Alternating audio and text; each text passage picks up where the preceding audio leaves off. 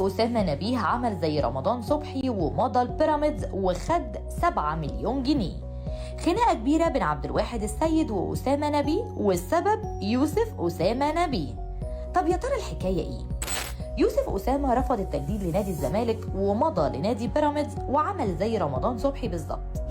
ابن أسامة نبيه نجم الزمالك السابق خان العهد مع الجماهير وفضل فلوس بيراميدز على النادي اللي عمل اسمه. يا ترى ايه الحكاية؟ وهل فعلا يوسف أسامة نبيه رحل عن الزمالك بشكل رسمي وهيروح نادي بيراميدز؟ تعالوا نشوف.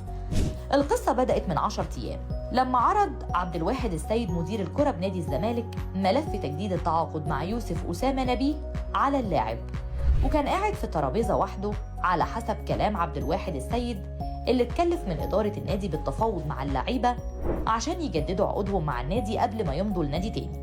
اللي حصل إن عبد الواحد السيد كلم يوسف أسامة نبيه وقال له عايزين نجدد عقدك مع النادي، خصوصا إنك لعيب مميز وبنتمنى استمرارك مع الفريق.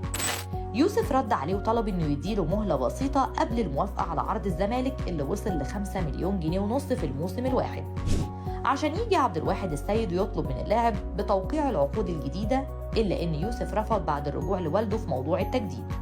ورفض يوسف إنه يجدد لنادي الزمالك بسبب توقيعه لنادي بيراميدز من 3 شهور فاتت، وكمان اللاعب حصل على 7 مليون جنيه مقدم تعاقد من ناديه الجديد بعد التوقيع لنادي بيراميدز على طريقة رمضان صبحي اللي كان ابن من أبناء الأهلي وفضل فلوس الطموح على ناديه وجماهيره.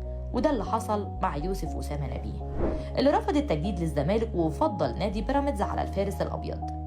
من ناحية تانية كشف أسامة نبيه في تصريحات كواليس المفاوضات وقال إن عبد الواحد السيد إزاي يتفاوض مع يوسف ابني وبصفته إيه يتكلم معاه، خصوصا إنه قال لي أنا ماليش دعوة بملف التجديد ده نهائي والكلام مع الإدارة.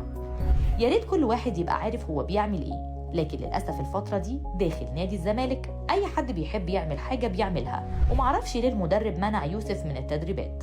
ودي مش حركة مدرب أجنبي وجاية من الإدارة اللي عايزة تلوي دراع يوسف عشان يجدد للنادي. الولد ما مضاش في بيراميدز ومفيش أي عرض رسمي لحد دلوقتي، وفلوس إيه اللي يرجعها لبيراميدز؟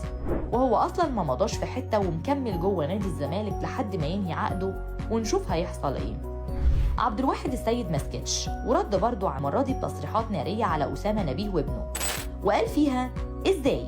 أنا ماليش دعوة بموضوع التجديد، أنا مدير الكرة في نادي الزمالك والإدارة فوضتني إني أتفاوض مع يوسف وسيف جعفر على ملف تجديد عقودهم. اللي حصل إننا قعدنا إحنا التلاتة على ترابيزة واحدة وقلت ليوسف إحنا عايزينك تجدد عقدك مع النادي. قال لي هشوف أبويا وارجع لك، وبعدها قال لي أنا مش هجدد وخدت فلوس من بيراميدز ومش هقدر أرجعها تاني. ورفض يوسف إنه يجدد عقده مع نادي الزمالك، ودي كانت كل الحكاية.